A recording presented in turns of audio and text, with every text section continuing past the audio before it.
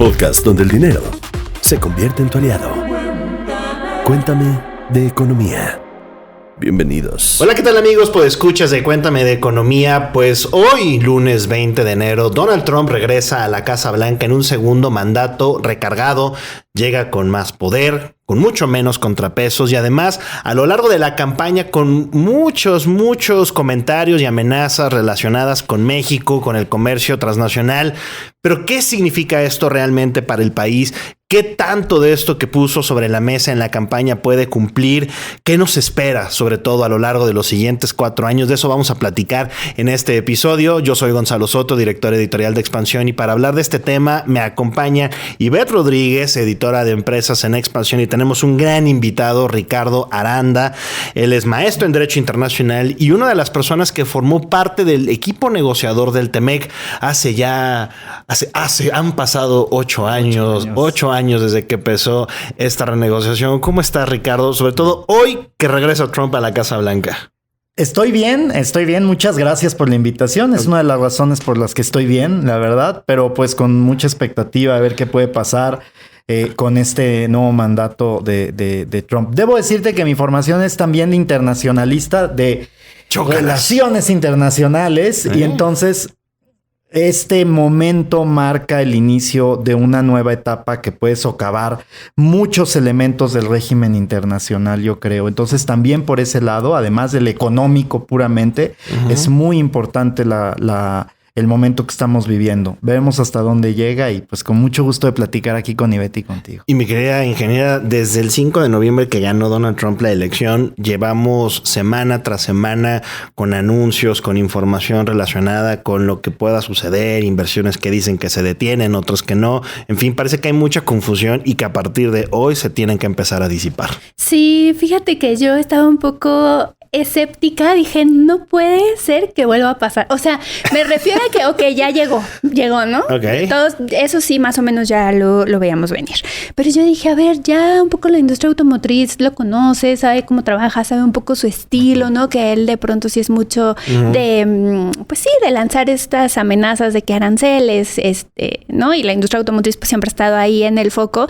Yo dije, ya lo conocen, no creo que haya mucho aspaviento. Pues sí que lo hay, o sea, sí que lo hay, sí, las empresas vuelven a estar un poquito nerviosas, como que yo noto que no quieren hablar tanto de sus planes. Tesla detuvo finalmente la... Sí. Bueno, que esa siempre fue una ilusión, ¿verdad? Sí. La planta de Tesla en Nuevo León. Pero hubo otros, por ejemplo, otros anuncios interesantes. Por ejemplo, en algún momento... en un, creo yo, malentendido de algo que dijo Mazda, que iba a detener la inversión. Al final no fue el caso. Hay otras que han dicho que sí siguen, como Stellantis, ¿verdad? Pero aún así sí hay mucha confusión al respecto de la industria. ¿Sabes sobre todo quiénes sí están ahorita súper a la expectativa? Bueno, todas, pero las chinas, ¿no? Que claro, decíamos, a ver ya cuando cae el primer anuncio ya oficial de una planta de un fabricante chino en México. Y justo yo he estado hablando pues con varias marcas que sí me han dicho, o sea, ya me lo han dicho, vamos a esperar. O sea, sí nos vamos a esperar a ver qué pasa porque queremos ver cómo viene la parte de tarifas adicionales, o sea, aranceles. Vamos con una ronda rápida, mi querido Ricardo, nada más para comenzar a disipar algunas dudas. ¿Te late? A ver, claro. Vamos a ver de las promesas que Donald Trump puso sobre la mesa y tú nos vas a decir qué tan realista y profundo puede llegar a ser, ¿ok? Cerrar la frontera a partir de hoy con redadas masivas y deportaciones de inmigrantes indocumentados, por lo menos 1 millón al año. Realmente creo yo que se pueden hacer esfuerzos para robustecer la actividad de seguridad en la frontera, sí. Okay. Hablar de cerrar la frontera me parece como un anuncio fuerte, un anuncio electorero en muy buena medida.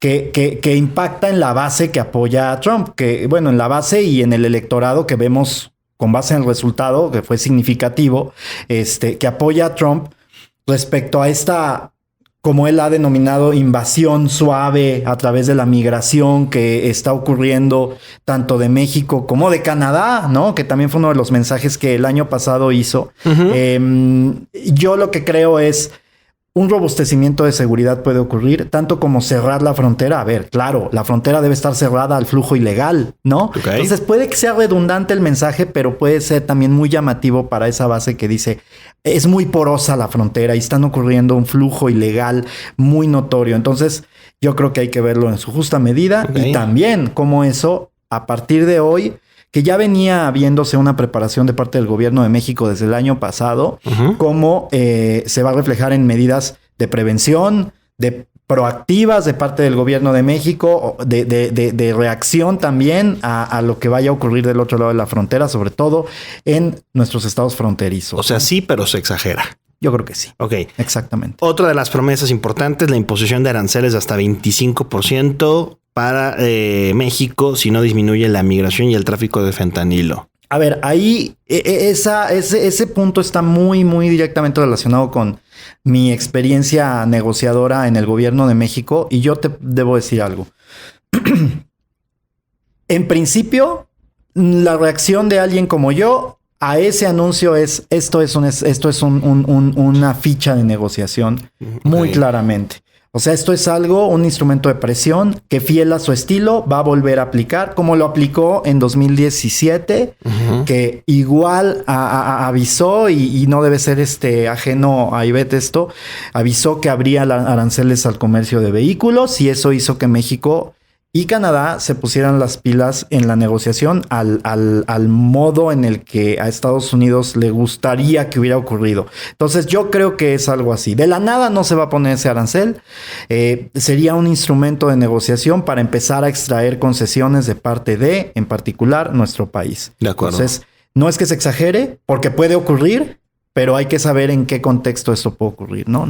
Sí. A mí, por ejemplo, lo que me comentaba ya alguna marca, que no puedo decir quién es. Me choca, ingeniera, porque siempre me dijo, pero empieza con BM y termina en MW. No, bueno, les voy a decir, porque pues también tiene que ver, o sea, una de las tres americanas. Okay. Una de las tres americanas. Alguien o sea, un directivo de una marca de estas, me dijo, a ver, nosotros no descartamos, ojo, ya lo están como poniendo sobre la mesa, en sus escenarios, los escenarios que ya están desarrollando, o sea, dicen, no descartamos que sí se ponga. O sea, ya lo estamos incluso pensando, pero sí creemos que sería temporal.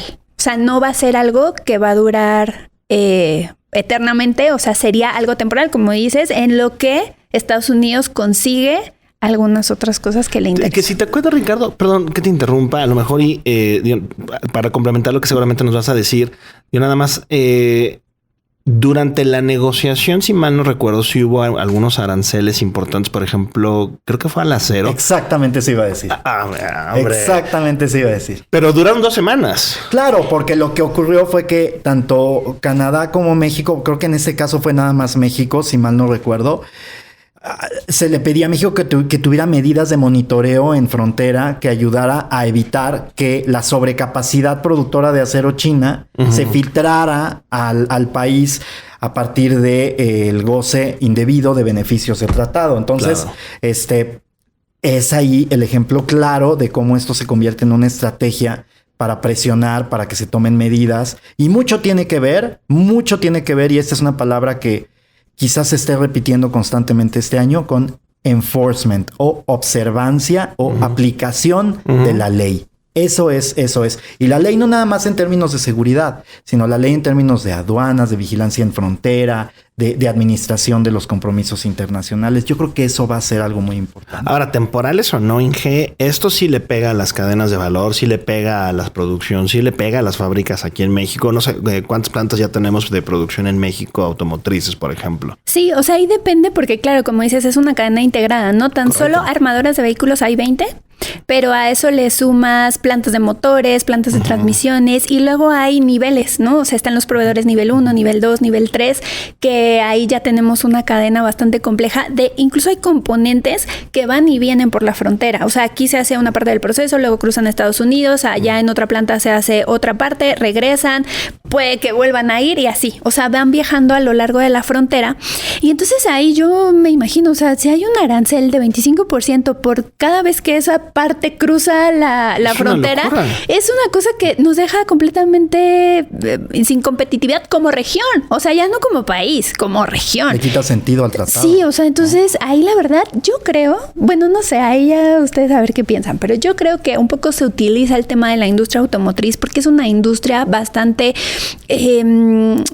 popular, o sea, que jala reflectores, porque en Estados Unidos pues ha sido un ícono esa industria, pero no necesariamente quizás sea a vehículos el arancel, como decíamos, ¿no? Puede ser a una parte de la cadena, no sé, no necesariamente acero, puede ser alguna otra cosa, pero obviamente se menciona en el discurso o salta en el discurso por lo llamativo que es. Esto, Ricardo, que menciona Ivette, y lo que también comentábamos hace unos minutos, hace que México durante los siguientes 4 años pierda competitividad y atractivo.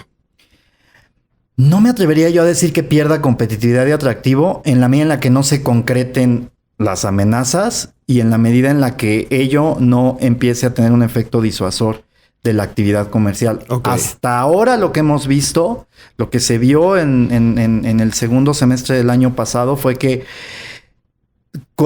coexistimos con las amenazas, ¿no? Y siguió la economía moviéndose y hubo intercambios entre los gobiernos y no es que estamos en un escenario diferente en términos del diálogo entre autoridades y entre y eso puede contribuir a que haya más cautela, más que de plano tenga un impacto directo en la competitividad. Yo creo que en tanto se concrete no va a haber un impacto. De nearshoring ya mejor ni hablamos, ¿verdad? Es una historia. Fíjate que yo, desde que empecé a escuchar con más intensidad el tema de nearshoring, yo decía, pues es que esto no es nada más de 2023 y 2024, esto venía desde antes. Entonces, nada más que no habíamos caído en cuenta de lo relevante que esto era hasta quizá la pandemia. Pero yo creo que lo que debe ser una prioridad ahorita es mantener una narrativa propositiva sobre la integración regional. Y esto no nada más le toca al gobierno, le toca al sector privado también. Y ahí los ves moviéndose, y ves, por ejemplo, desde la industria automotriz, ves que si haya como señales integrales, regionales, por ejemplo, del lado de las empresas. A ver, mencionabas ahorita las 3 mexicanas, las 3 estadounidenses. ¿Ves que haya como una comunicación homogénea para hacerle frente a esto que viene a partir de hoy? Sí, entre las armadoras como gremio sí se están comunicando, o sea, tienen asociaciones, están perfectamente organizadas. Incluso a mí ya me decían, ya hay gente en Washington que está trabajando, o sea, que está cabildeando, explicando el impacto que podría tener, o sea, están súper organizados.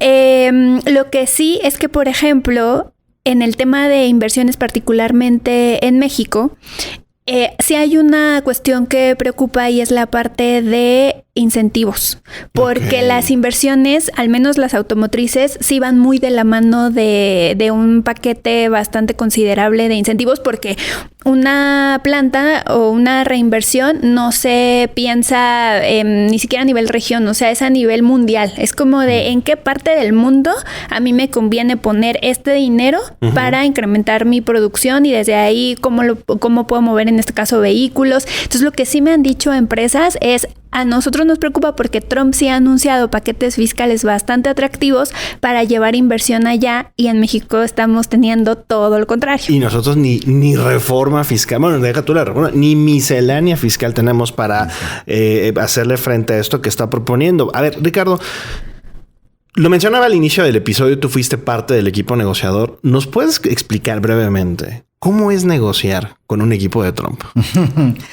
Fíjate que esa risa ya me dijo todo, ¿eh?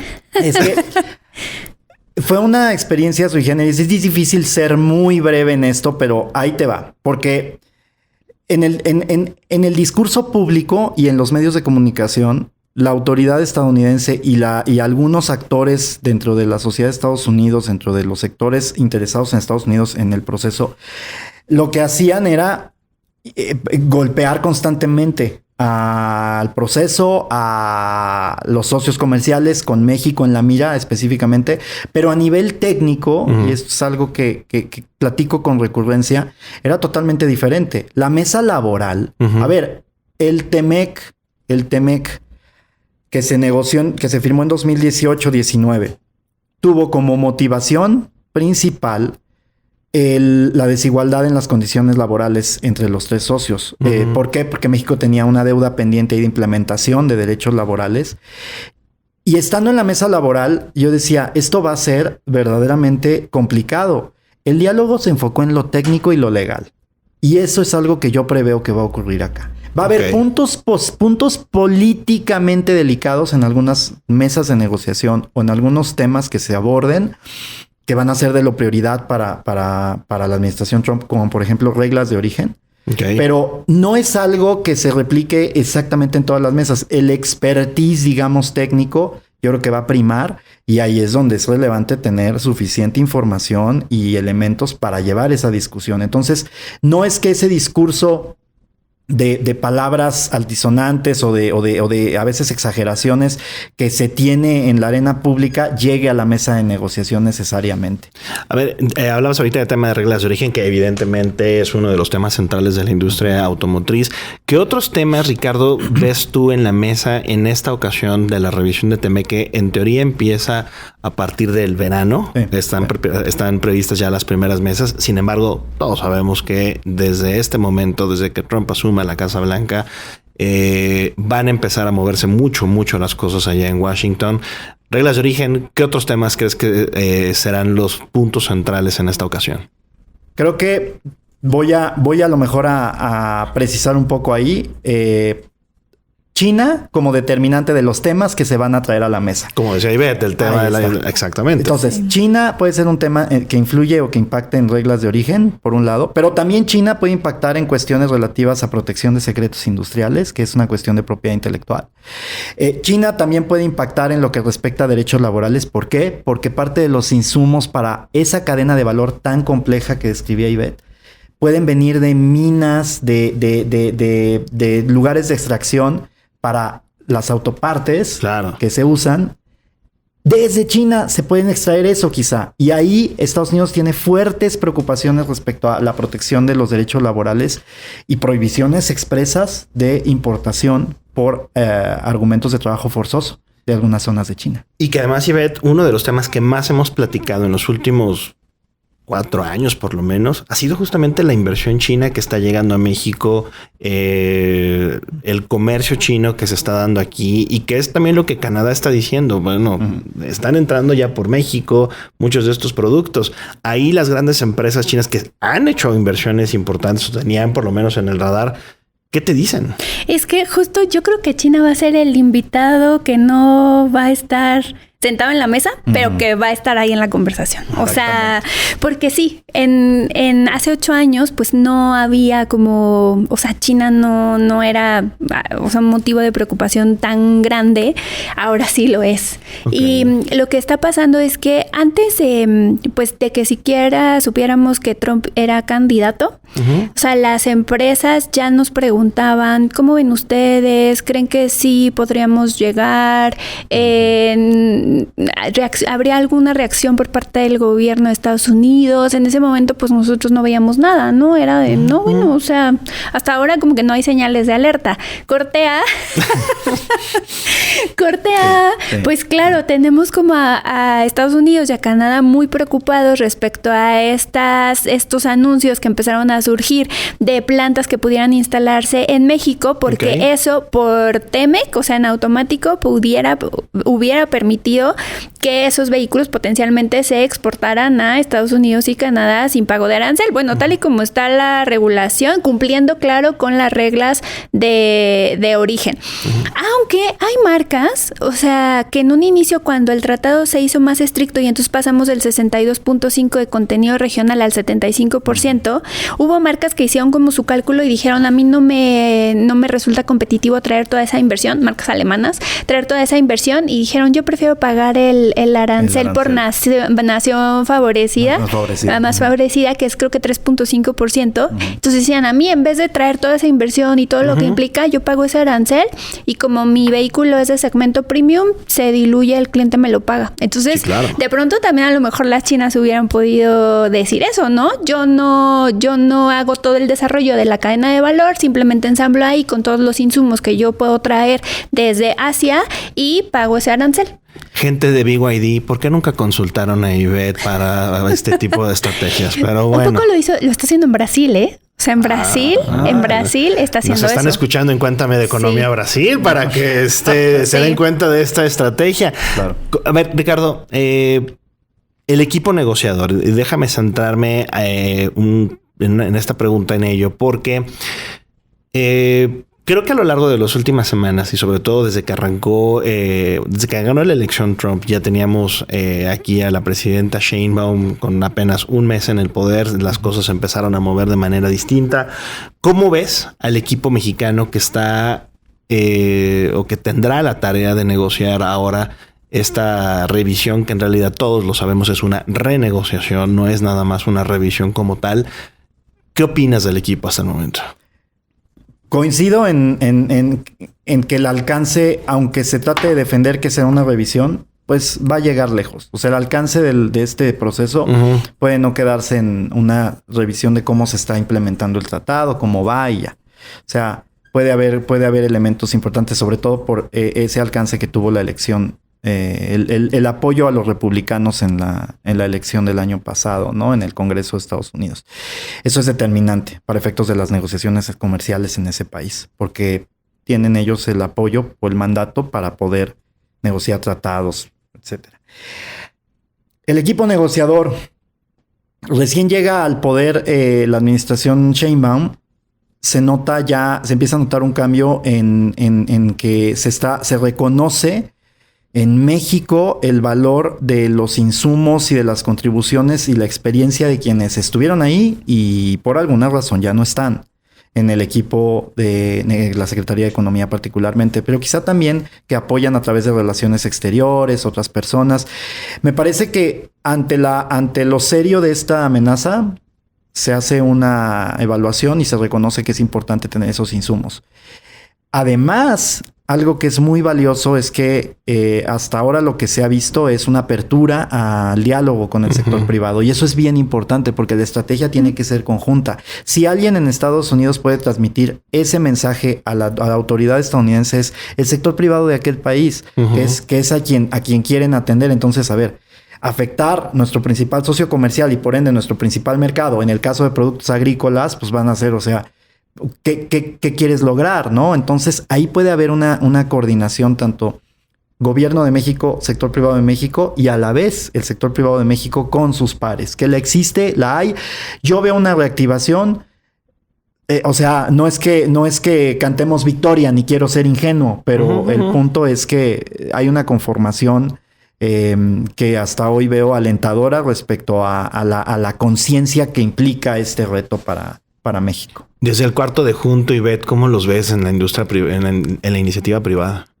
Pues, o sea, apenas están, digamos, en el proceso de organizar, de decir qué temas son los que nos interesan. O sea, una cosa que sí me han dicho es ya ese tratado en términos de integración, si se hace más restrictivo, ya nos dejaría poco competitivos, porque hay insumos que de verdad es que no los puedes conseguir en la región. Claro. O sea, China se ha adueñado de toda la cadena de valor para producir vehículos eléctricos. O sea, toda la parte de la batería. ¿Sí?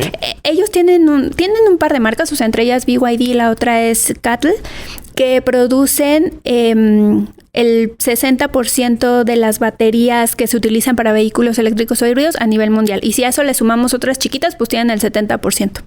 Y eso lo han logrado integrando una cadena de valor. A lo mejor en China no están todas las minas de litio, pero lo que sí ha hecho el país, o bueno, el gobierno, es irse haciendo de concesiones en otras partes del mundo. En México lo teníamos, sí, ¿no? O sea, con Ganfeng Lithium. Exactamente, que luego ya hubo una como expropiación de ese yacimiento. Yo la verdad es que O sea, bueno, yo sé que puede ser un poco controvertido y tal, pero un poco lo celebro, porque yo no sé qué tanto hubiera sido bueno tener ahí. Qué mal, pero qué bien. Pero no te hace pensar hasta dónde puede llegar la industria de vehículos eléctricos teniendo como base la plataforma de Trump. O sea, porque todo indica que que va a haber una desaceleración quizá del desarrollo de esa industria hasta que quizá estén las condiciones adecuadas para que Estados Unidos sea el campeón de la cadena de suministro, ¿no? Claro. Entonces ahí quizá no. Sí, a mí lo que me da un poco de temor es que a lo mejor hace 8 años la industria occidental, por decirlo así, todavía era potente y ahorita vemos a un montón de empresas en crisis. Yo no sé si de pronto pierden competitividad, o sea, como región.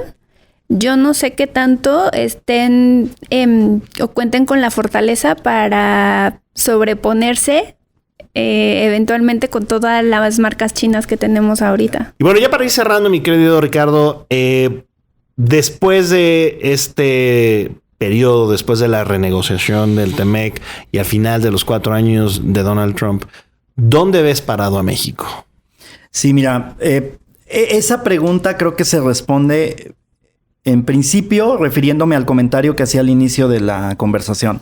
Estamos viendo un cambio. El regreso de Donald Trump marca una preferencia por un estilo de gobierno y una línea política que puede alterar cosas más allá de las fronteras de Estados Unidos. Ciertamente lo va a alterar. Para bien, para mal, es algo que ya veremos, pero el orden en el que se habían desarrollado las relaciones internacionales hasta hoy está cambiando. Las instituciones multilaterales seguramente ya no serán las mismas. Okay. Y en ese sentido, en los esquemas de integración regional, puede que estemos hablando de nuevas reglas. ¿Qué tanto va a aguantar la integración esas reglas? Está por verse, pero yo lo que veo, como veo a México al final de este periodo, es así. Hasta ahora, a partir de la evidencia con la que cuento, convencido de que la integración continúe, convencido de que hay que buscar alianzas, convencido de que el mundo multipolar en el que estamos viviendo ya amerita que reforcemos nuestra cercanía. A ver, durante la administración 2018-2024, en términos de agenda internacional, no dejábamos de escuchar a América del Norte, ¿no? Y al inicio de la administración de la doctora Sheinbaum, 2024, América del Norte sigue teniendo un lugar relevante. Entonces yo no veo a México volteando hacia otro lado, reconociendo sí vínculos quizá con otras regiones, pero no de la misma manera que América del Norte. Y eso me lleva a concluir que se seguirá convencido el país de que esta es la avenida y que se debe buscar, ya sea a través del reforzamiento de leyes, de la mejora de la aplicación de la ley en algunos ámbitos de la administración pública, para garantizar que siga caminando hacia adelante este proyecto. O sea, no hay que tener miedo. Hay que ser cautos. Y hay que fijarnos cómo hacemos las cosas, porque creo que no amerita tener miedo. Si tuviéramos miedo, quizás las cosas salen mal y se empiezan a tomar decisiones apresuradas. A ver, voy a dar un ejemplo. No sé ustedes qué piensen, pero la visita de Justin Trudeau a Mar-a-Lago creo que le salió totalmente contraproducente. Y quizá esa fue una reacción de miedo. ¿No? Entonces vamos a ver cómo le va. De todos modos, ya se va este año. Trudeau va a perder la elección. Después de Mar-a-Lago ya lo piensas así, ¿no? Totalmente. Pero bueno, así es. Esas son otras cosas. Y Beth, tu último comentario tú desde la industria, digamos, ¿qué piensas después de... No, a ti no te va a llevar a 4 años, por lo menos en 2025. ¿Cómo ves a la industria con esta renegociación? Pues yo creo que la industria también está en esta idea de que son... o sea, de que la competitividad tiene que ver con la integración regional. O sea, ahorita si tú ves como región... China es ya el principal productor de vehículos a nivel mundial. Lejos. Luego seguimos Norteamérica. O sea, si nos vemos como región, sigue Norteamérica, pero ya muy de cerca está Europa. Entonces, o sea, si como región queremos seguir manteniendo esa posición, sí tenemos que pensar en que vamos los 3 países juntos. O sea, va a ser muy difícil que un solo país lo logre sin perder competitividad. Exacto. Y bueno, ya con esto concluimos este episodio. Muchas gracias, Ivette Rodríguez, editora de empresas en Expansión, Ricardo Arana también, maestro en Derecho Internacional, internacionalista, ex negociador del TEMEC, una larga experiencia. Muchas gracias por habernos aquí platicado de este tema tan importante hoy, sobre todo que arranca una nueva era allá en Estados Unidos y también una nueva era también en la relación con México. No se pierdan hoy a las 8 de la noche una transmisión en vivo que tendremos en nuestro canal de YouTube, en donde analizaremos pues justamente esto, qué arranca, cómo arranca, ¿verdad? Las primeras palabras de Donald Trump como presidente en su segundo mandato. Y ahora sí, nos escuchamos el próximo lunes. Cuéntame de economía. Un podcast de Expansión. Cuéntame de economía. Disponible todos los lunes en nuestro canal de YouTube.